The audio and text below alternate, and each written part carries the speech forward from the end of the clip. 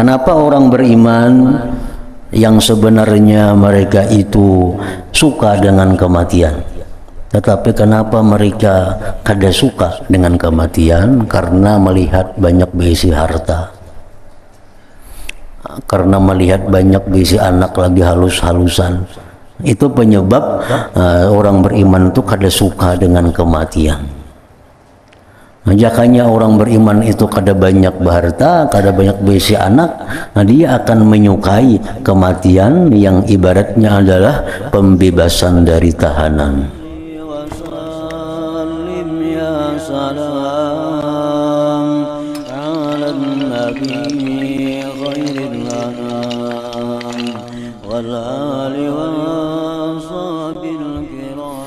Bismillahirrahmanirrahim. Alhamdulillahi rabbil alamin.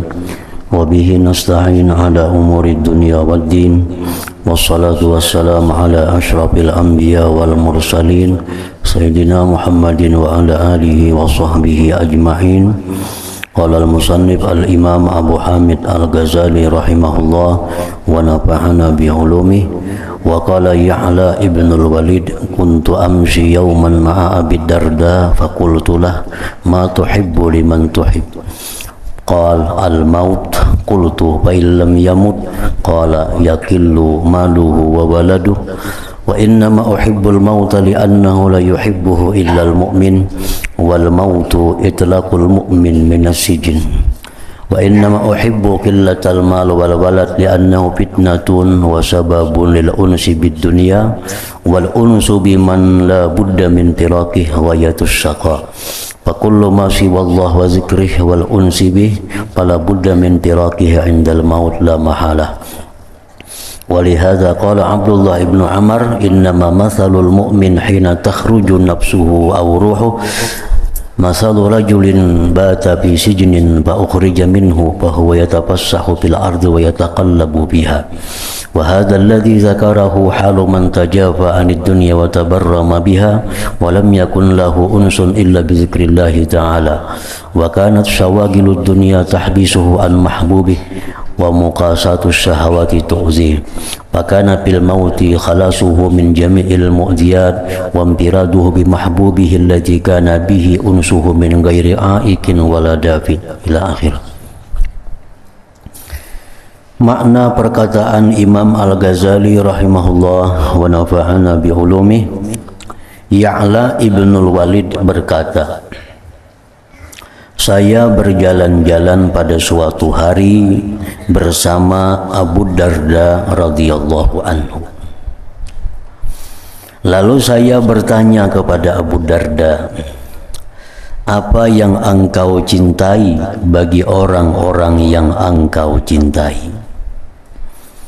Apa yang engkau cintai bagi orang-orang yang engkau cintai? Abu Darda menjawab, mati. Artinya yang kuinginkan dari orang yang kucintai itu, dia menginginkan mati. Yang aku inginkan dari orang yang aku cintai itu, bahwa dia ingin mati. Saya bertanya, kalau ia belum mati? Abu Darda menjawab, sedikit hartanya dan anaknya. Aku sangat mencintai apabila orang yang kucintai itu sedikit hartanya, sedikit anaknya. Nah, kemudian Abu Darda menjelaskan alasannya. Dan hanya saja saya menyukai mati karena tidak menyukainya melainkan orang mukmin. Tidak menyukai akan mati itu kecuali orang yang beriman. Artinya, kalau orang yang tidak beriman, nah inya tidak suka dengan kematian. Hanya saja menyukai mati, tidak menyukainya melainkan orang mukmin. Dan kematian adalah pelepasan dari pelepasan orang mukmin dari tahanan, dari penjara.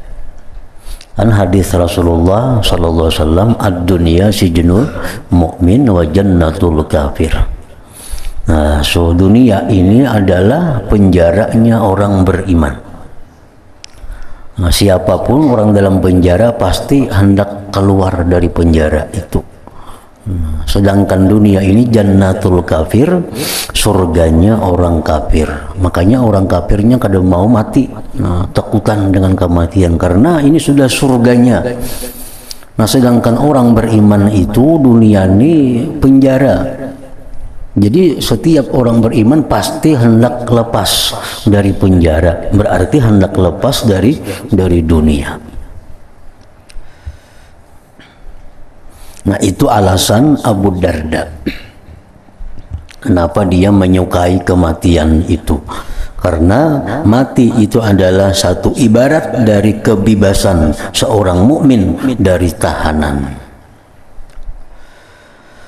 Dan hanya saja saya menyukai sedikit harta dan anak karena ia adalah fitnah. Anak, harta itu fitnah, ujian. Makin banyak harta, makin banyak anak, artinya makin banyak soal. Nah, makin banyak soal ujian.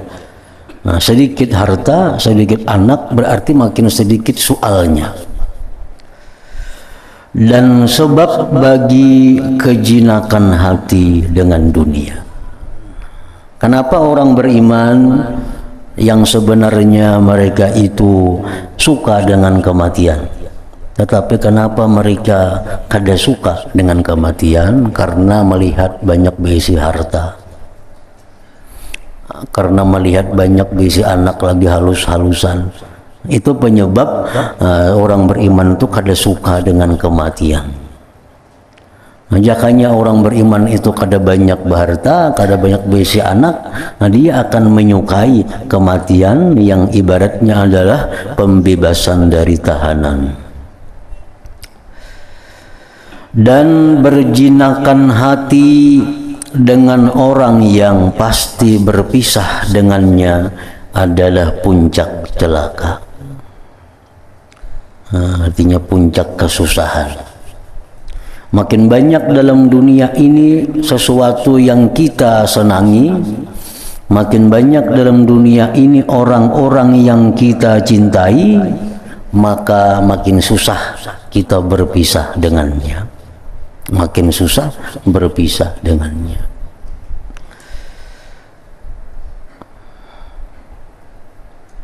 Dan berjinakan hati dengan orang yang pasti berpisah dengannya adalah puncak celaka, artinya puncak kesusahan, kesedihannya. Orang perantau di negerinya itulah kumpulan keluarganya. Di negerinya itu ada anaknya, ada bininya, ada kuitannya, ada mama abahnya, ada kainya, ada macam-macamnya di kampung halamannya. Lalu dia merantau ke negeri lain. Nah, di negeri lain ini orang ini kada punya kejinakan hati, karena semuaan tinggal di tempat tanah airnya.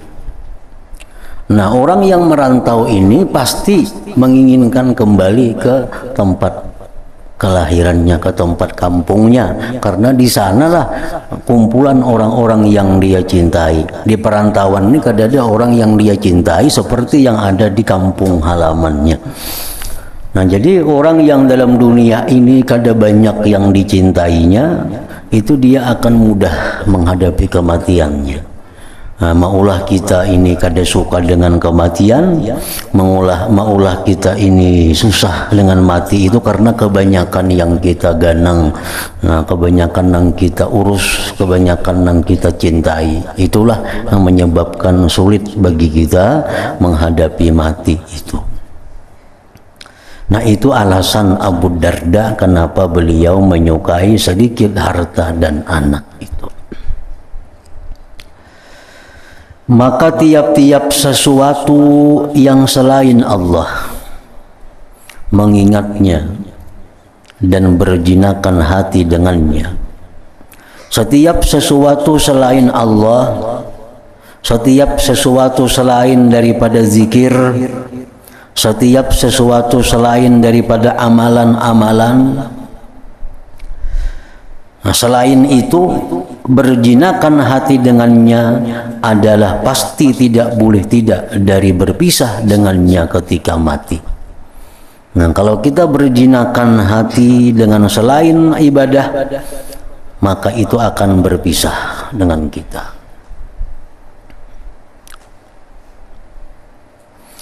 Dan karena inilah Abdullah bin Amr berkata, sesungguhnya perumpamaan orang mukmin ketika napasnya atau rohnya keluar adalah seperti seorang laki-laki yang bermalam dalam penjara, lalu ia dikeluarkan daripadanya, maka ia merasa lapang di bumi dan berbulak-balik pada bumi itu.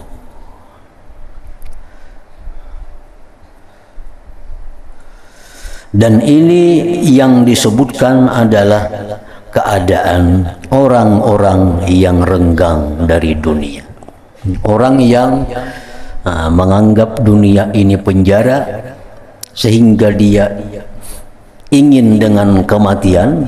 Itu orang-orang yang renggang dari dunia ini.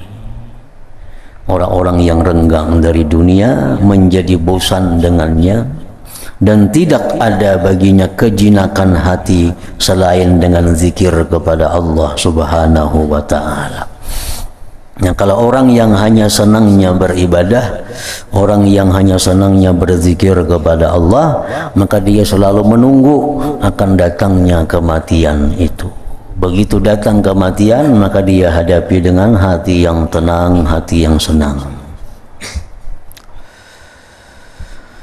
Dan adalah kesibukan-kesibukan dunia itu menahannya dari yang dicintainya. Kesibukan-kesibukan dunia itu menahannya dari yang dicintainya. Ini sukanya berzikir, sukanya beribadah kepada Allah, sukanya menuntut ilmu. Cuma kesibukan-kesibukan dunia ini yang menghalanginya. Nah, kesibukan-kesibukan dunia ini yang menahannya daripada mendekati, menghampiri yang dicintainya. Dan menahan nafsu syahwat itu menyakitinya. Menahan nafsu syahwat itu adalah sesuatu yang menyakiti. Kita ini sukanya berzikir, sukanya menuntut ilmu, sukanya berbuat kebaikan. Cuma urusan dunia ini yang menghalangi kita.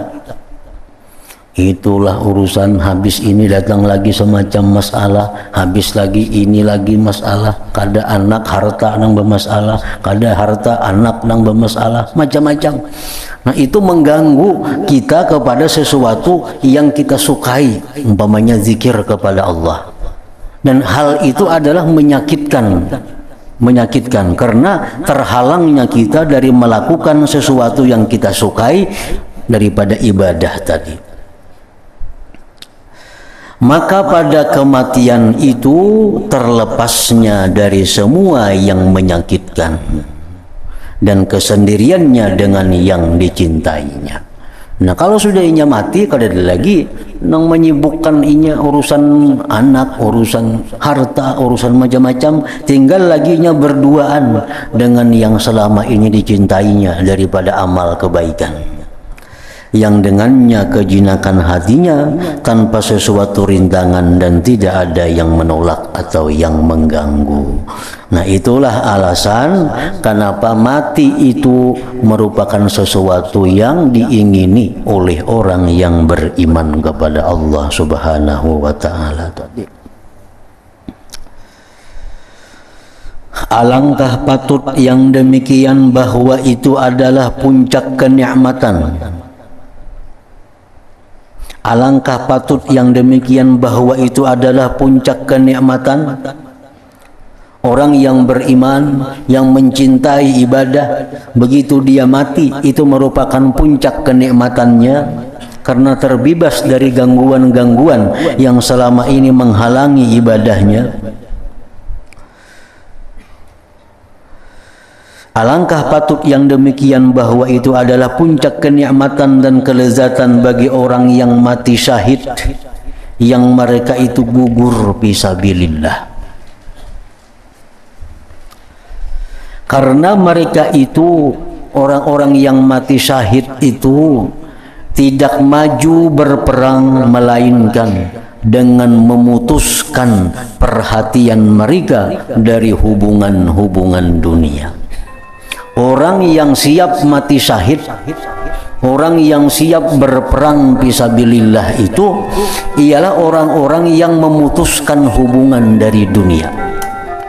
Karena kalau orang itu masih ada hubungan kecintaan kepada dunia ini, pasti dia kada akan mau ikut berperang fisabilillah itu. Nah, jadi orang yang maju berperang sehingga gugur di sabilillah itu orang-orang yang sudah memutuskan perhatian kepada dunia, rindu kepada bertemu dengan Allah Ta'ala, lagi ridha dengan dibunuh dalam mencari keridhaannya. Maka kalau ia melihat kepada dunia, maka ia telah menjualnya karena tunduk dengan akhirat. Kalau dia melihat dunia, orang yang berperang ini ia melihat dunia, dunia itu sudah dijualnya. Dunia sudah dijualnya dengan akhirat. Dan penjual itu hatinya tidak berpaling, tidak menoleh kepada yang dijual. Biasa penjual tuh karena mau menjual karena ada sayang lagi, karena ada keuntungan. Nah, penjual itu biasanya kadang mengganang lagi lawan yang dijualnya. Kalau dunia ini sudah kita jual dengan akhirat, dunia kita jual dengan ibadah, maka dia kadang akan berpaling menoleh kepada dunia karena sudah dijual. Barang dijual biasanya mudah dilupakan. Dan kalau ia memandang kepada akhirat, maka ia telah membelinya dan ia rindu kepadanya. Akhirat itulah hurupannya daripada dunia itu. Nah, maka alangkah senangnya dengan apa yang dibelinya apabila ia melihatnya. Kalau orang nang menukar itu biasa, nah begitu nukar itu berapa hari sudah menggandang nang ditukar nih barangnya, kalau kayak ini kayak itu. Nah, belum lagi sampai ke rumah nang ditukar nang dipesan nih sudah menggandang, sudah rindu hendak melihat barang nang pacang ditukar itu. Nah, kalau dijual itu mudah melupakan karena barang itu sudah dijual. Nah, demikian orang-orang yang menjual dunia dengan akhirat. Dan alangkah sedikitnya perhatiannya kepada apa yang telah dijualnya apabila ia telah berpisah dengannya. Namun dijual, diambil orang, ya kada menggandang lagi. Dan semata-mata hati bagi mencintai Allah Ta'ala itu kadang-kadang bertepatan pada sebagian keadaan. Kita ini kadang-kadang ada saatnya hati itu nangpul kepada Allah Subhanahu wa Ta'ala. Kadang-kadang hati kita ini ada malam atau siang atau saat-saat tertentu nang hati kita itu 100% kepada Allah.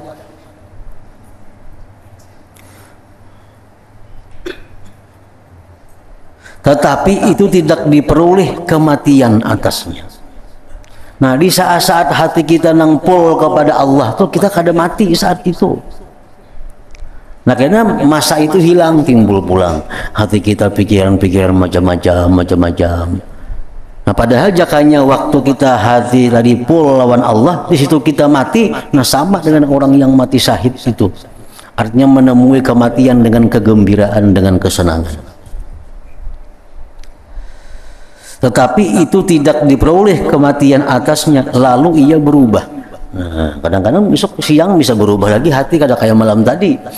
Malam tadi bagus, hati jinak lawan Tuhan, hati kita senang munajat kepada Allah, hati kita sudah melupakan apa-apa dari dunia. Tapi kan esok pagi bisa berubah.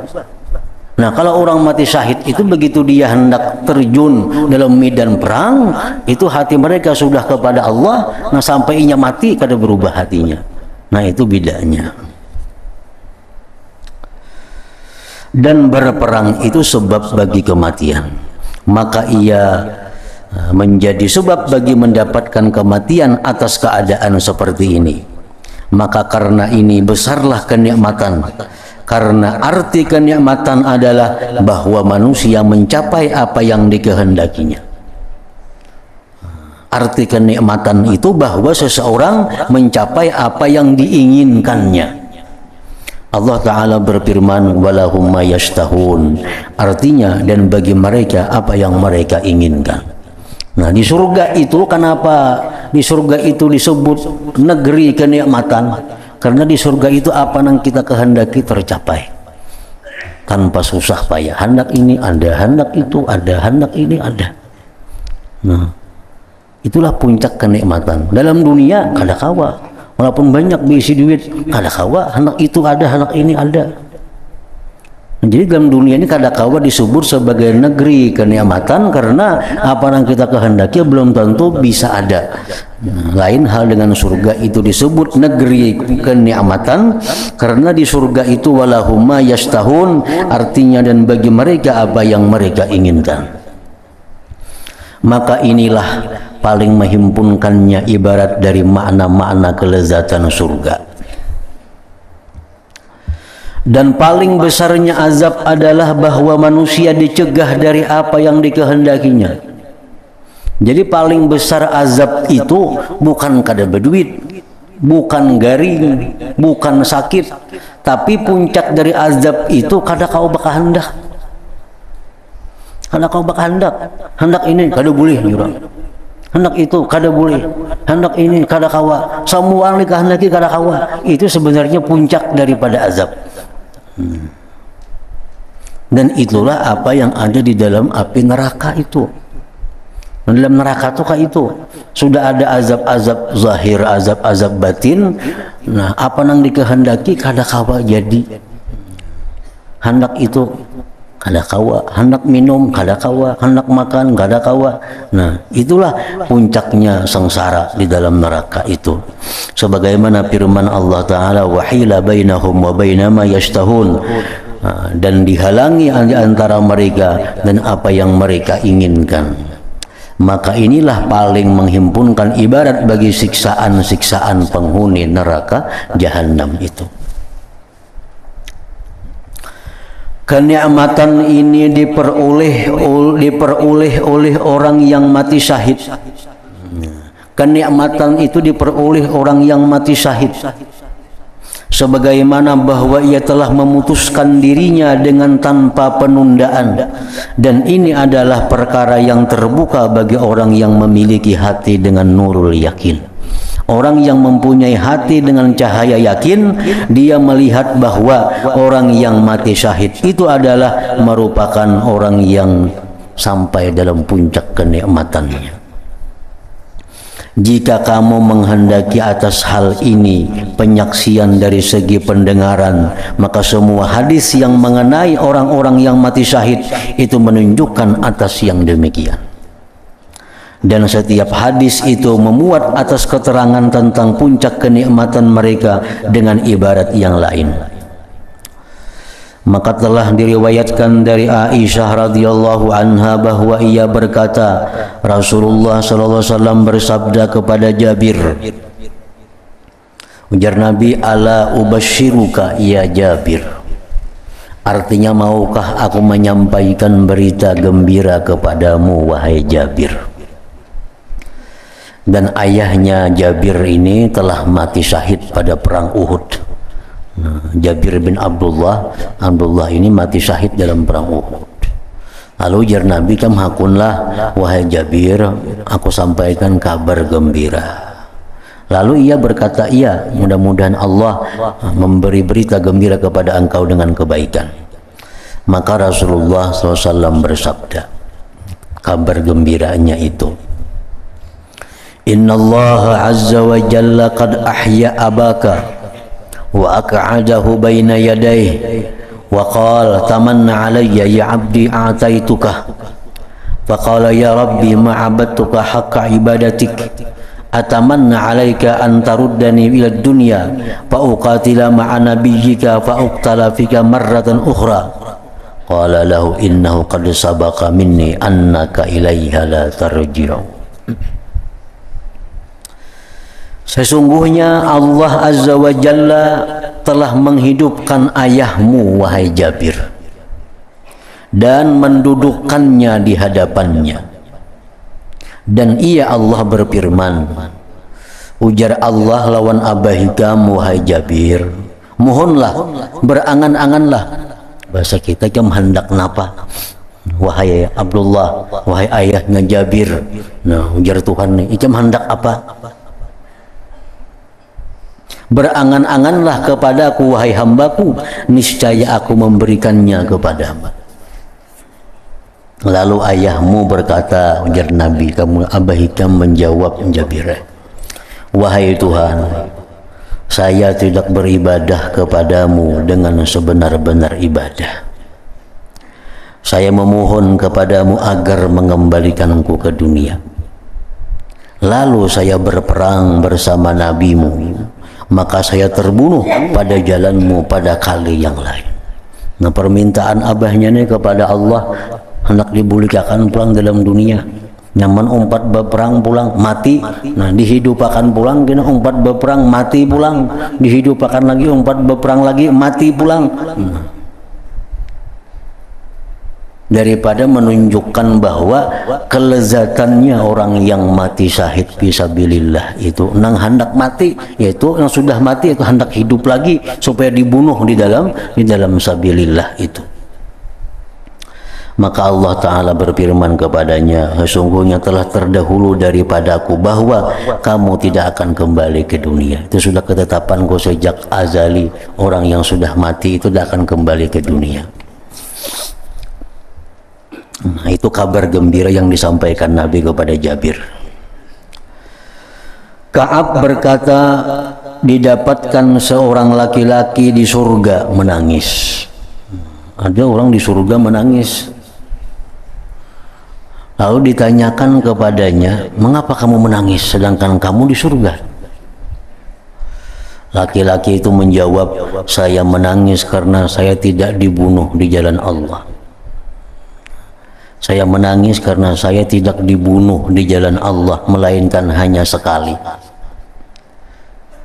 Maka saya menginginkan agar saya dikembalikan ke dunia, lalu saya terbunuh di jalan Allah beberapa kali. Ini nas lagi, dalil lagi yang menunjukkan bahwa orang yang mati dalam sabilillah itu bukan sesuatu yang sakit, tetapi sesuatu yang sangat lezat yang mereka rasakan. Buktinya mereka minta kembali ke dunia, dihidupkan dan dibunuh lagi fisabilillah. Ketahuilah bahwa orang mukmin itu, orang yang beriman itu terbuka baginya sesudah mati dari luasnya keagungan Allah. Sesuatu yang dunia dibandingkan dengannya adalah seperti penjara dan tempat yang sempit. Orang yang beriman itu, dia sesudah meninggal dunia itu melihat, oh ini sekalinya ganjarannya orang yang menuntut ilmu. Dalam dunia hanya dia bisa membaca, bisa mendengarkan, bisa membayangkan. Oh ini ganjarannya sekalinya orang yang sembahyang sunat subuh. Yang dalam dunia hanya tahu dari hadis Nabi, orang yang sembahyang sunat subuh itu diganjar dengan sesuatu yang lebih baik dari dunia dan isinya. Dalam dunia kita bisa membayangkan aja, bisa mendengarkan hadis-hadis Nabi. Nah sesudah kita mati terbuka, oh ini sekalinya ganjarannya.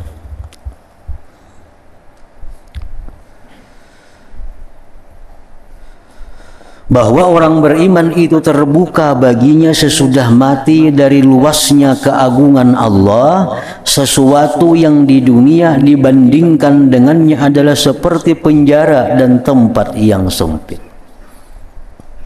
Dan perumpamaan orang mukmin adalah seperti orang yang dipenjarakan dalam rumah yang gelap, yang dibuka baginya pintu ke kebun yang luas sisi-sisinya, yang pandangannya tidak sampai yang paling jauh dari kebun itu. Di dalamnya ada macam-macam pohon, bunga-bunga, buah-buahan dan burung-burung. Maka ia tidak ingin kembali ke penjara yang gelap itu. Nah, sudah jelas itu. Jadi orang yang mukmin ini dalam dunia ini laksana dalam penjara yang gelap gulita. Begitu dia mati, nah melihat tempatnya yang istimewa di sisi Allah. Dan Rasulullah sallallahu alaihi wasallam telah membuat perumpamaan baginya. Maka beliau bersabda kepada seorang laki-laki yang meninggal dunia, asbaha hadza murtahilan 'anid dunya wa tarakaha li ahliha fa in kana qad radiya fala yasurruhu ay yarji'a ila dunya kama la yasurru ahadukum ay yarji'a ila batni ummi. Artinya, ujar Nabi, jadilah orang ini nang mati nih berangkat dari dunia dan meninggalkannya bagi penghuninya.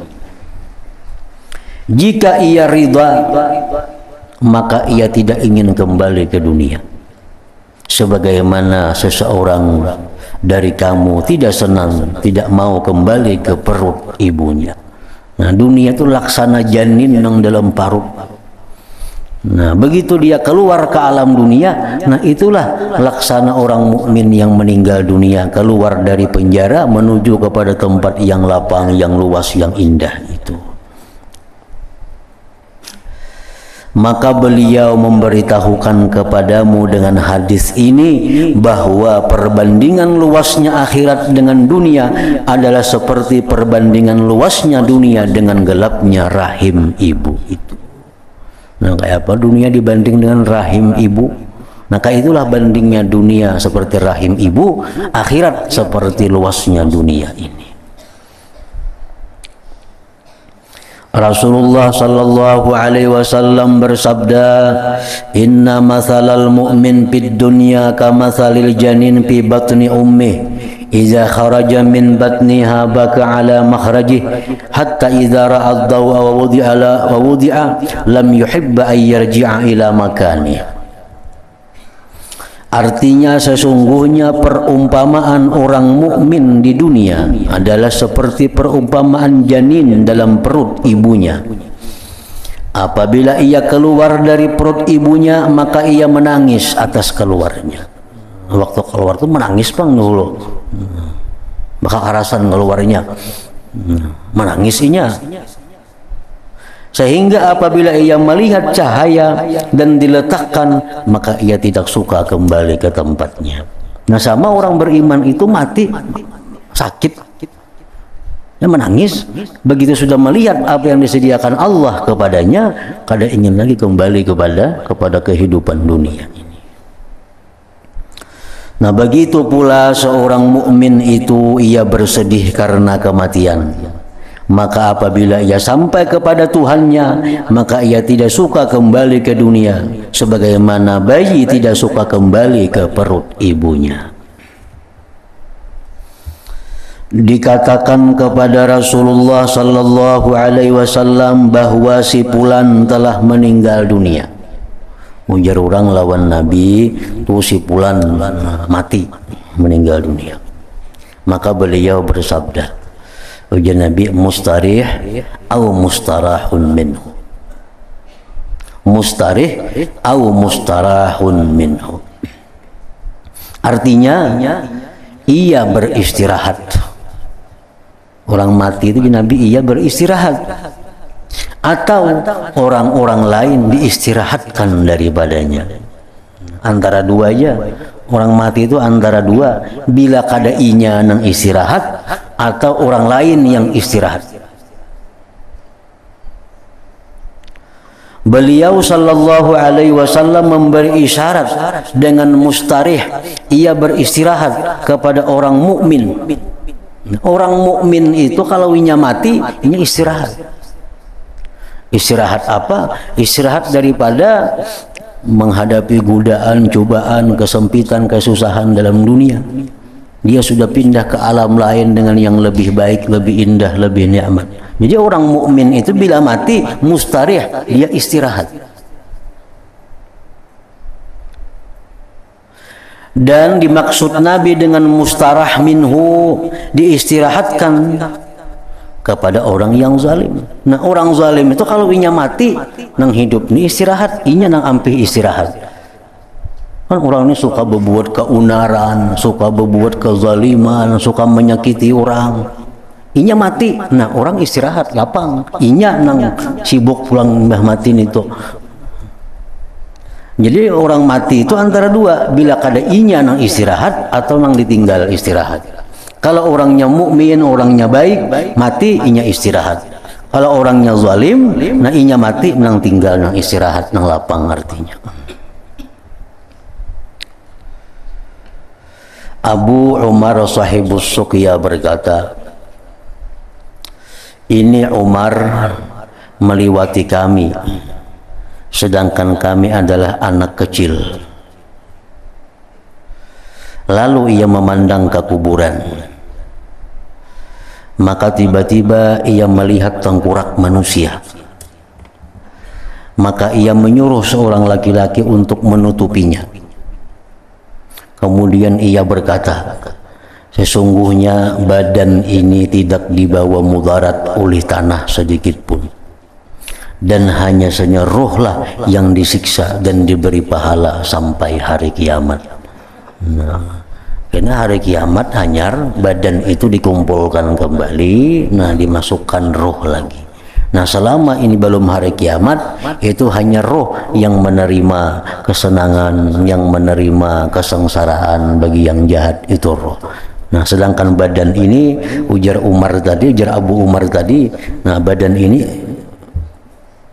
sedikit pun tidak dimudaratkan oleh tanah.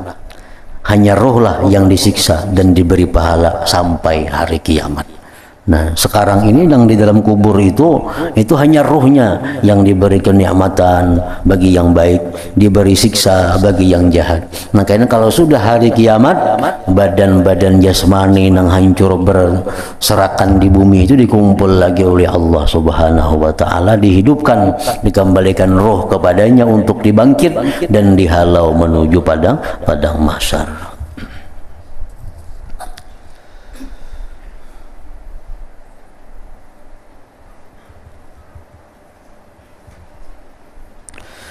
Dari Umar bin Dinar, dari Amr bin Dinar, ia berkata, tidaklah seorang mayit yang meninggal dunia melainkan ia tahu apa yang terjadi pada keluarganya sepeninggalnya. Nah, tidaklah seorang mayit yang meninggal dunia melainkan ia tahu apa yang terjadi pada keluarganya sepeninggalnya. Oh, kelakuan anaknya ke ini, imbahnya meninggal dunia, kelakuan ini jam ini, tahu. Nah, si mayit itu. Makanya salah satu mudarat daripada perbuatan maksiat, karena satu maksiat itu memudaratkan 10 kemudaratan. Di antaranya adalah orang yang melakukan maksiat itu membuat sedih, membuat kada nyaman orang yang sudah mati di antara orang tuanya. Ajar Nabi, la tu'zu mautakum, jangan kau sakiti orang-orang yang sudah mati dari orang tua kamu itu dengan melakukan kemaksiatan. Nah, kita maksiat sidin tahu, sudah mati abah mama kita dikubur tahu, anak sidin melakukan ini melakukan itu, berarti membuat sedih mereka yang dalam kubur itu. Ia tahu apa yang terjadi pada keluarganya sepeninggalnya, dan sesungguhnya mereka memandikannya, tahu ini memandikan aku si anu, dan mengkafaninya, dan sesungguhnya ia memandang kepada mereka. Tahu, roh memandang, memandinya si ini, memandi tubuhnya ini, mengkafani ini, semuaan si tahu.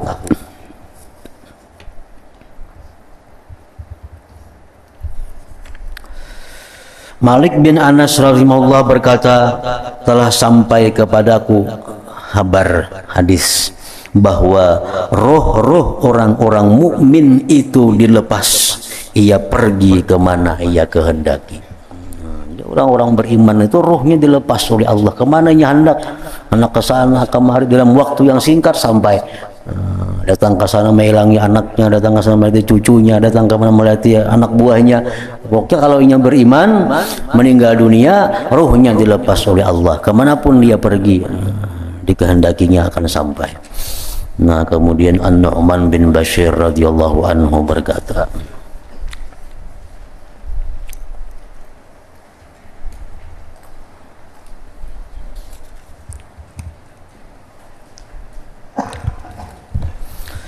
أفضل ذكر فاعلم أنه لا إله إلا الله محمد رسول الله لا إله إلا الله محمد رسول الله لا إله إلا الله محمد رسول الله لا إله إلا الله لا إله إلا الله لا إله إلا الله لا إله إلا الله لا إله إلا الله الله الله الله الله الله الله الله الله الله